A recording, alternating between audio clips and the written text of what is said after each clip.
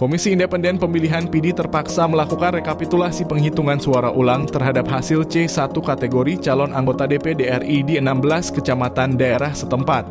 Penghitungan ulang itu merupakan tindak lanjut atas rekomendasi Panwasli Aceh tanggal 9 Maret 2024 tentang putusan pemeriksaan cepat pada pemilihan umum tahun 2024.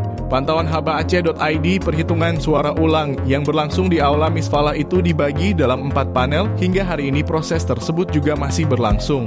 Dari rekomendasi Panwas bahwa ditemukan selisih suara antara C1 hasil dengan D kecamatan.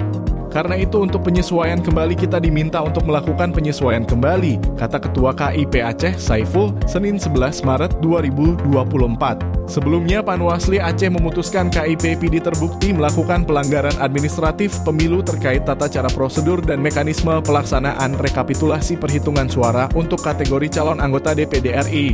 Diketahui 8 caleg DPD lainnya kompak melaporkan panitia pemilihan kecamatan PD ke Panwasli Aceh terkait dugaan penggelembungan suara terhadap calon DPD nomor urut 27 tersebut. Kedelapan caleg DPD tersebut yakni Asari Cage, Fadil Rahmi, Nasar Apace, Rahmat Maulizar, Akhir Kamil, Rasi Aulia, Nasir Adam, dan Darwati Agani.